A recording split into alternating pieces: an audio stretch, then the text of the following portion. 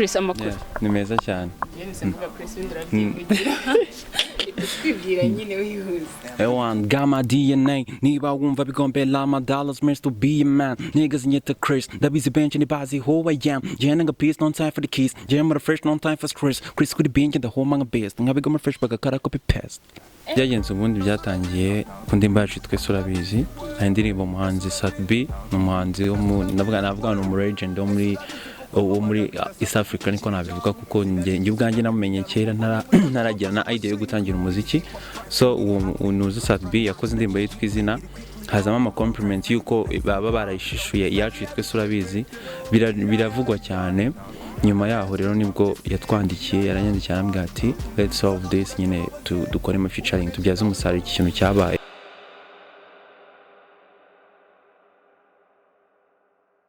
Hello beautiful people, welcome back to Mika 250 TV. As usual, my name is Vanessa. Uyu munsi rero tugarukanye n'umusitari wanyu mukunda cyane.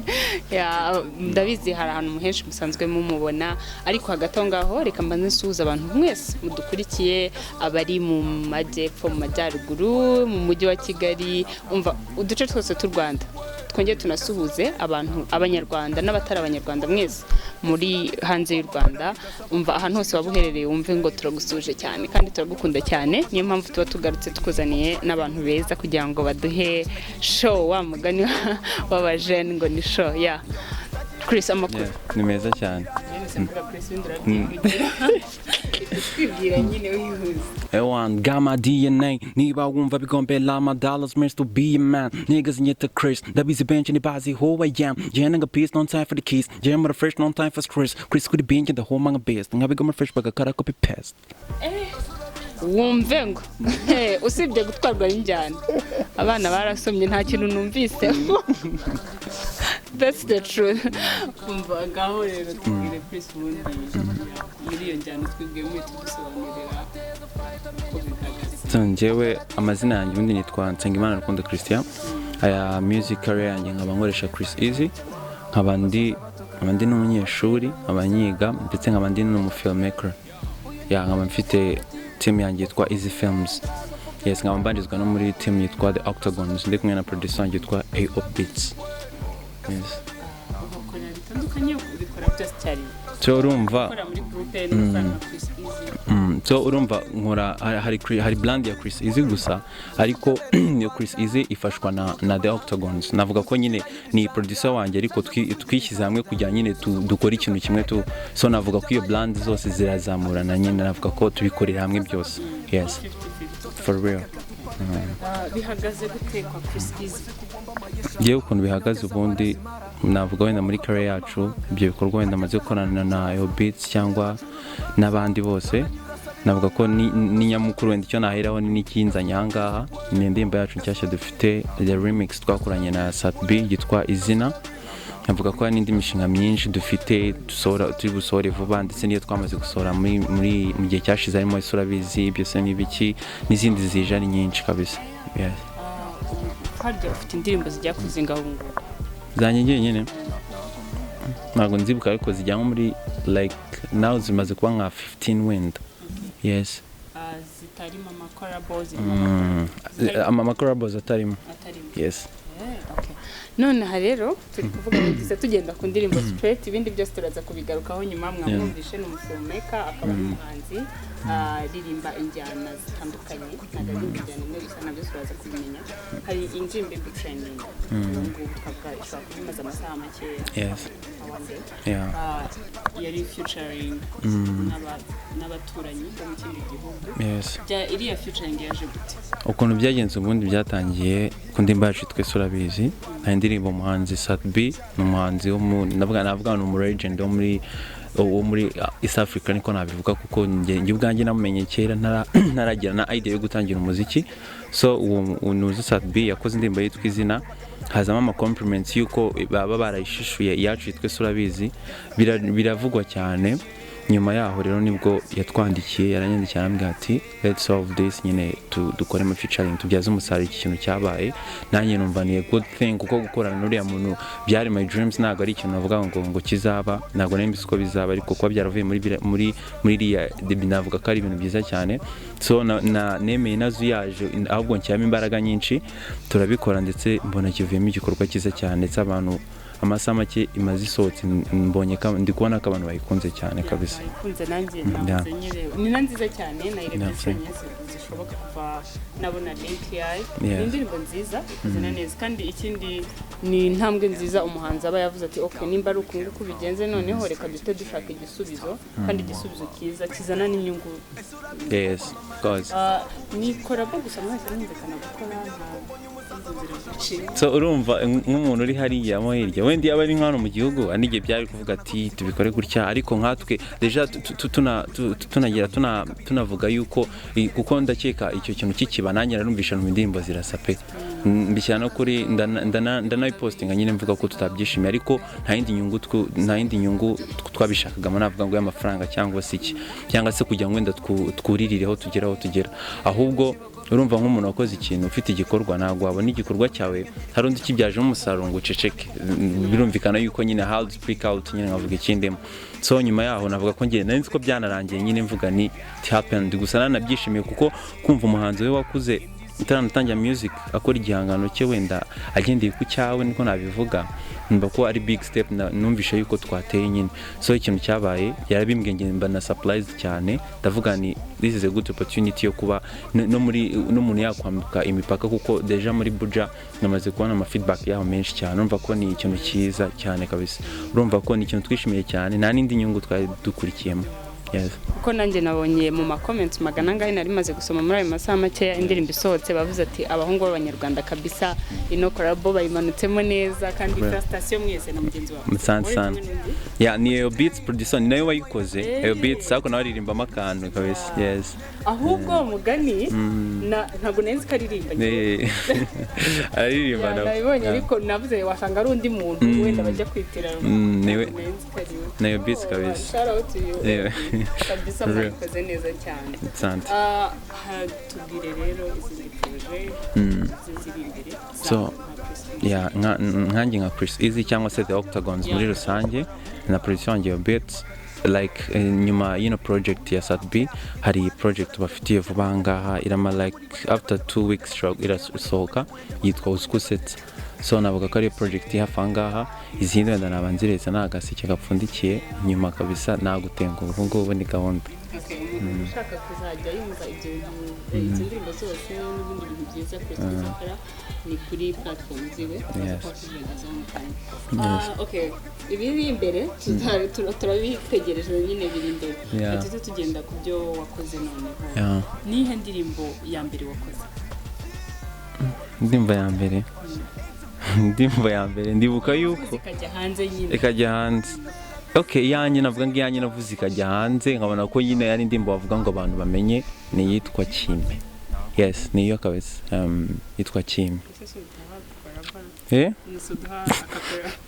nta kibazo kabisa mukundwa icyambere nshaka kubona umeze bon niwite ku bandi ni wowe heartbreaker daymaker life days holder mutoni wanjye nzagufata tight body side nega amatwi ma nzagukundwa kaza be ikinyemerere nozi choose your choice baby wind down pause down ni wowe mfite ka bomb Kime slowly no panic dufite time n'urugendo ni rurerure muri lap gusange nawe kimaye twacana muri zapanya tukirinda baganya ababihiwe n'urukundo tukabarya sen kinyemye waba unkoze mu Rubavu Bay umutima wanjye wakubita ama bang bang icyo kizere nicyo nkeneye ngo tube fresh yo my find the link shake around baby girl naho shira comment muzishyire ndacecetse ndemeye niyo mpamvu ndaye speechless buriya ndemeye umuntu aje ndemera umva ko rero you're doing a great job. Thank you. Talent yo irivugira. Utangira ngo umaze kubibona ko yivugira iyo ukoze ikintu cyiza. Hard work pays kabisa. Chris Easy. Toranya ibyo Chris byo ndabyumva aho byavuye Easy. Wagendeye kuki? So izan byavuye kera niga muri primary 3 ndakeka nagiye nizeye muri Uganda, so mu kwiga Uganda nagiyeyo navuga ngo na French nari nzi Ikinyarwanda gusa, mbese nta Cyongereza nta Kigande nta French. Urumva French nibwo nari nangiye kwiyumvamo ariyo turi kwiga inaha nyine, mpita njyayo bo bigaga muri English then n'Ikigande. Numva nahise ngiyeyo bwa mbere marayo like 3 days, mpita njya muri interna y'ahantu yitwa Bombo ku mupaka wa Congo.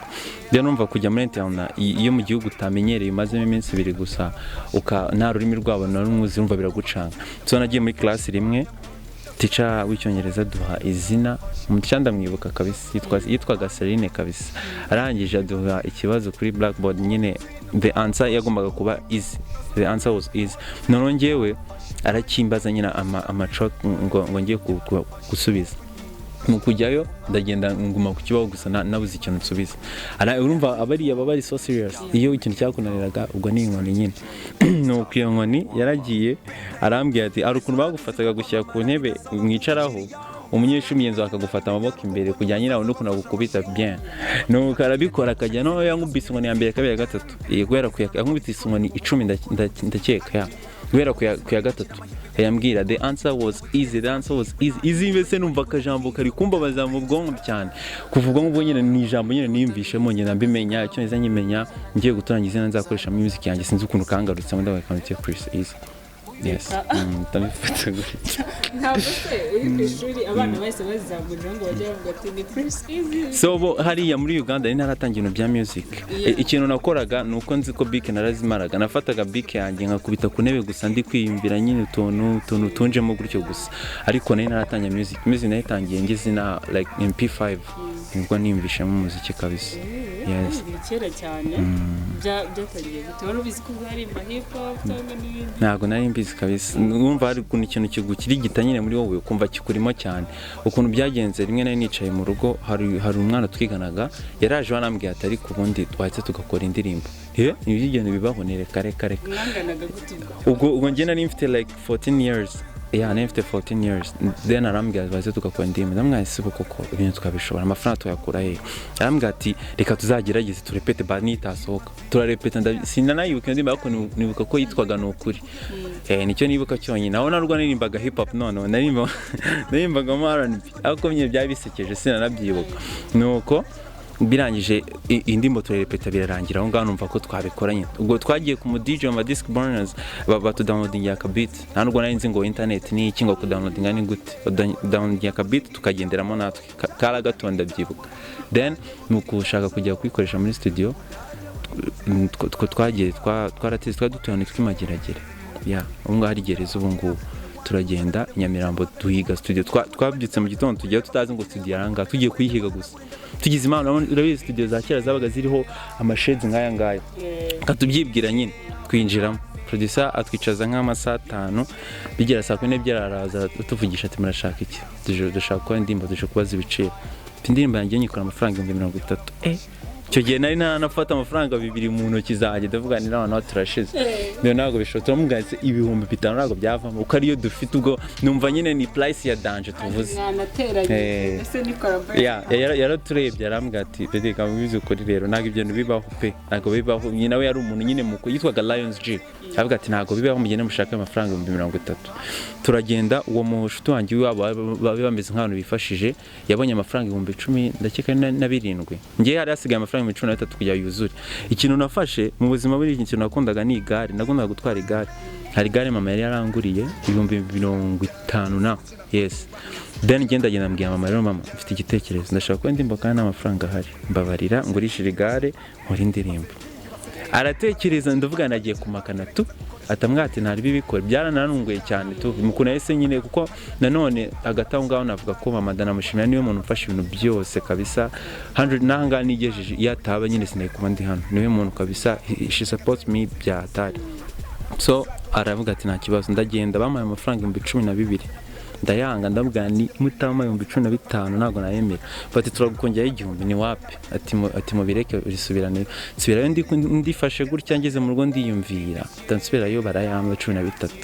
Ndayajyana muri studio nyine dukora ndimo bwa mbere gutyo, ya kabiri sinzi aho yavuye, nashidutse biri kuba till now kabisa narikoze yagiye hanze yarasohotse ariko ubwo wumve ngo sinari nzi YouTube icyo ari cyo radio sinari nzi icyo ari cyo sinari nzi video uko ikorwa yabaye audio turayiyumvira memory card zirapfa nayo iragenda nyine nyine ugenda ugabana muri karite kabisa zikana n'ingengo sana nafashe ufanda byibuka igisohoka kandi dufite radio ivuga cyane nyisoro hanze muri jardin kugira ngo nyine abaturanyi babyumve nkayicuranga nkayizamura bya danje nuko nyine ndetse nibyo niyo years twabanyemo abaturanyi Chris yasakurije kiriya kuko ndimo ndabyumva nyine excitement ubufite mana yanjye byari nanje gusa nyine nabonaga ari nka dreams zabaye true nyine yes urugendo rero ruba rutangiye gutyo yes umva mujya mwumva bamutoka mbari bava kuri Bali sana kabisa for real nimba witinya ibaza ariko kuri iyo myaka ikindi kintu numvishe kinshimishije ni kuri mama wawe yabyakiriye akavuga okay nta kibazo genda niba ari byo ukunze igare nabyo ndabizi wenda yari kugura abibona kuri kunze buri gihe ajya kugurira umuntu ikintu umwana abibona ko ari cyakunze ariko yabona ko ari ikindi noneho wifitemo none wumvisha uzikira umwana kugira ngo umubyeyi abelivinge ikintu nyine atarabona kiri hanze ngavuga ati wenda hari n'umumaro gishobora kumugirira bigoye cyane mama turagushimiye cyane none reba turahanga kabisa turumva amajwi meza urimba injyana zingahe songiye nta mubare w'injyana navuga ngo ndirimba gusa personality yanjye cyangwa se journey yanjye ya culture yanjye ni hip hop ariko urumva muri hip hop habamo ama subgenres menshi harimo trap harimo drill harimo rap ariko ngewe ntabwo navuga ngo ndi stack ku njyana imwe ikintu cyose numvishe nakora ndagikora mpfa kubona umva ko kiri bube kiza kandi abantu bari bukishimira yes ese zirangana za hip hop trap drill yes zitandukaniraho ubundi ngiye hari igenda numva kujya kumenya kimwe yes ubundi kuntu imeze hip hop nyine ni nka foundation fond of rapping iva muri rapping so yaba trap ibamo rapping yaba drill ibamo rapping yaba rap ubwayo ni rapping of course so hip hop rona nkuko ari ukuntu creating reka mbigire wenda mu bintu abantu bose bazi nkuko uba ufite wenda muri machine yawe folder runaka new folder iyo uyifunguye ushobora gucreating amandi ma sub folders menshi so iyo folder y'imbere ni hip hop iyo uyifunguyemo imbere bari mu ibyo byose yes uko ukurikiye fresh ubona izo zose zirimo rapping kandi hip hop niyo foundation of rapping yes usibye wenda iyo uko bisobanura fashion folder ya hip hop usanga n'ibyo bintu byose usibye izo ngizo katuzite rap yes hari izindi njyana ugerageza so navuga yuko hari indirimbo mfite ndi kumwe n'umukobwa wize kunyende twa creality yitwa gift navuga ko ubwawe yes navuga ko nayo iri muri sinzi ko nayita fresh ariko ni nko muri electronic kandi ya pop nanone so urumva ko I try my best yaba reggae nkavuga niba ari reggae ngiye gukora reka numve ko ibintu ari fresh abantu bari byishimire I do all kabisa mpaka numva ko mbishoboye ibintu byinshi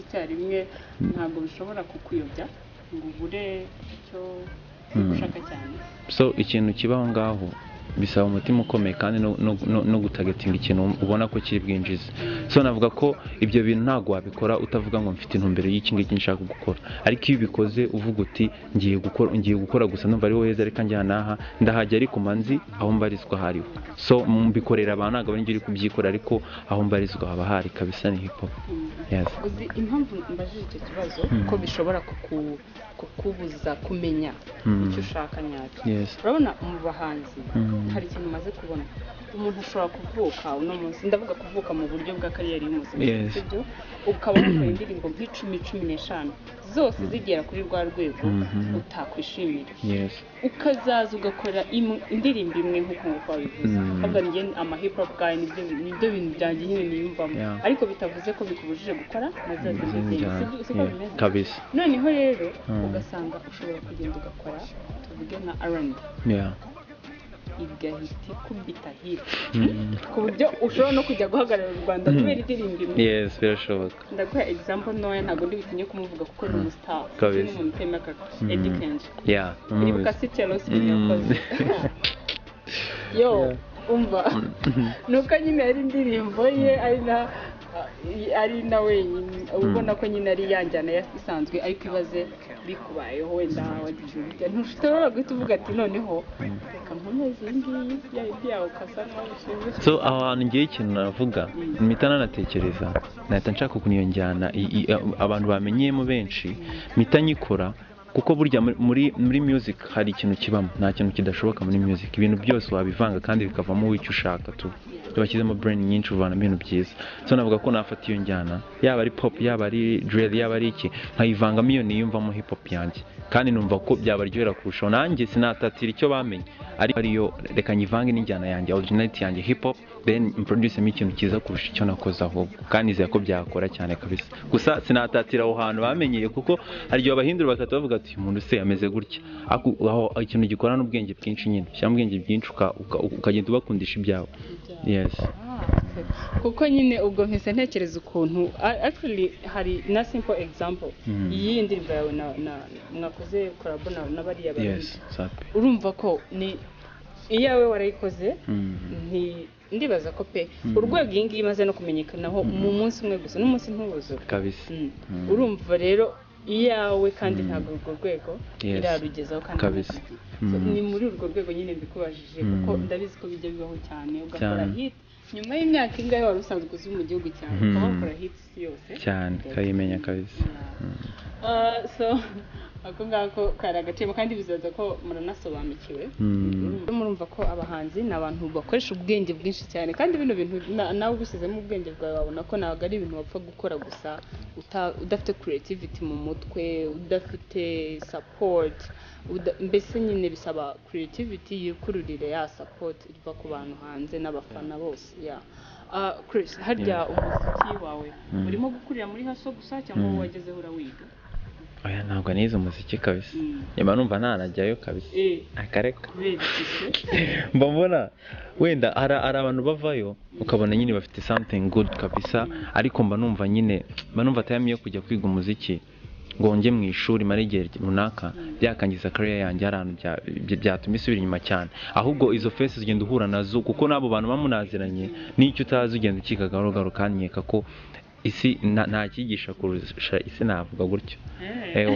uriga kabisa ubu nyine bawumvamo ko imbaraga zo kuba wakwigisha gusa mba numva yuko ntabwo mfite imbaraga zo kuba nakwigisha ahubwo mba mfite imbaraga zo gukomeza kumenya ibyo ntazi iyo mu gihe mbonye ubifite ibintu ntazi ngerageza kubyiga tugatandukana nabimenye nabyo yes kugiye kubura nk'umwaka ukazongera ukagaruka oya hafi kabisa ni byiza cyane kandi kaje tara irivugira niba urifite n'uwo mwanya utawufite wo kujya kwiga cyangwa udafite n'ubwo bushobozi wowe shaka akantu ukora gusa kajya hanze tukamenye nimba karimo creativity ari talent itayivugira kabisa bikaboneka Chris haba hari nka collabo umva ari dream collabo yawe ukavuga ati nkoranye n'uriya muntu oh my god nta n'ikintu naba nkivugana na Vava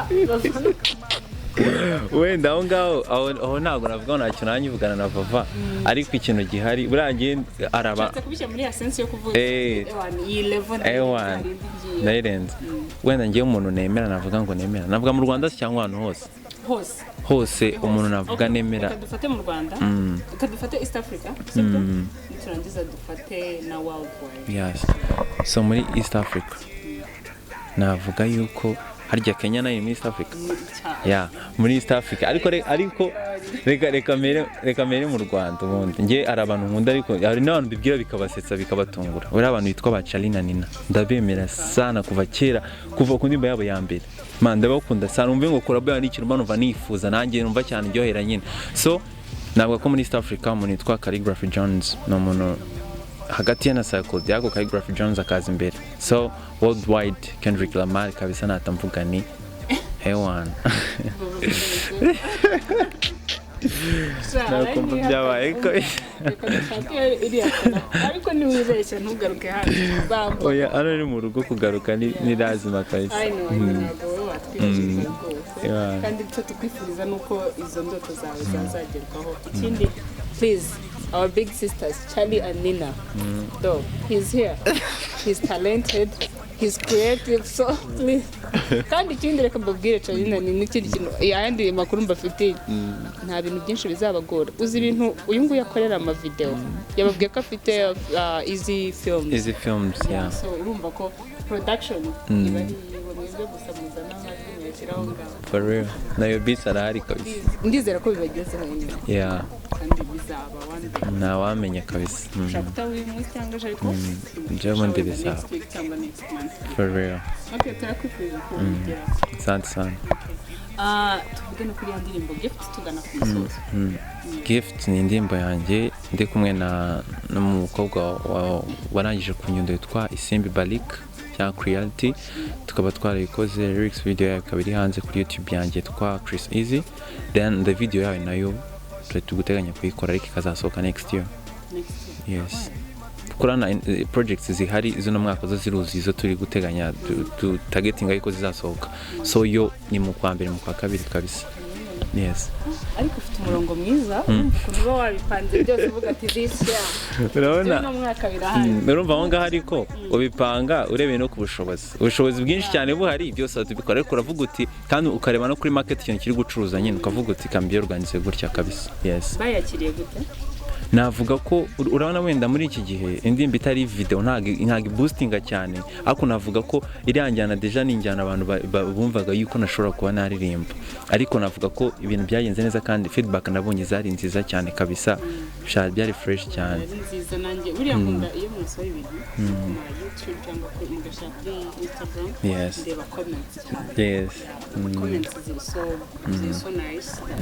but encouraging kandi kuko nibyo nakubwiye ngo talent irivugira lyrics ni nziza amajwi mwese ni meza it's a nice one impamvu nanze ko tuza gusoza tutayivuzeho nuko nabonye ko iri muri best trending zirimo kuva kwa Chris imaze iminsi nayo ikaba kandi na myinshi yes courage kabisa asante sana Chris noneho reka duse nkaho ndumva iby'umuziki tuzatubisubiraho undi munsi ntabwo twabivuga ngo tubirangize hari utubazo nkunda kubaza abantu kuri social life cyangwa se dushobora no guconnectinga kuri career yawe ariko turi easy to answer ubaye utari gukora umuziki na filmmaking n'iki kindi kintu wumva wakora na umushoferi kabisa oya natwara imodoka natwara imodoka kuko banekereje ikindi kintu ndi kugira nakora nkakibura kabisa gusa ndi umuntu ukunda ibintu byo gutwara buriya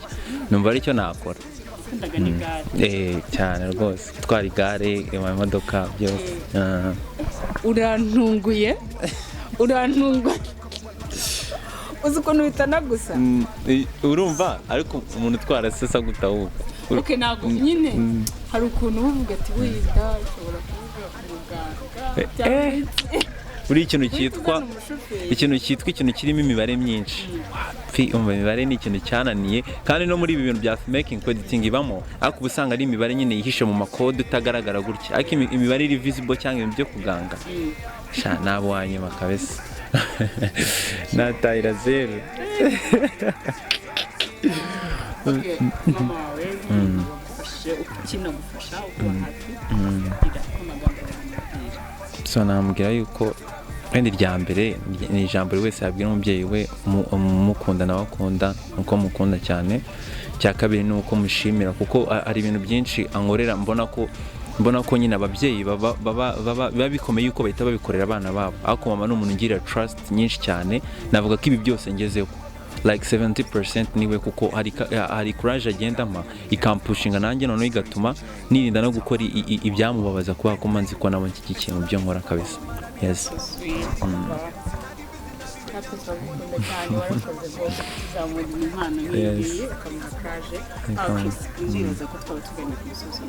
murakoze cyane kabisa wakoze cyane kuza n'ubutaha uzagaruke nubona na korabo ya Kendrick Lamar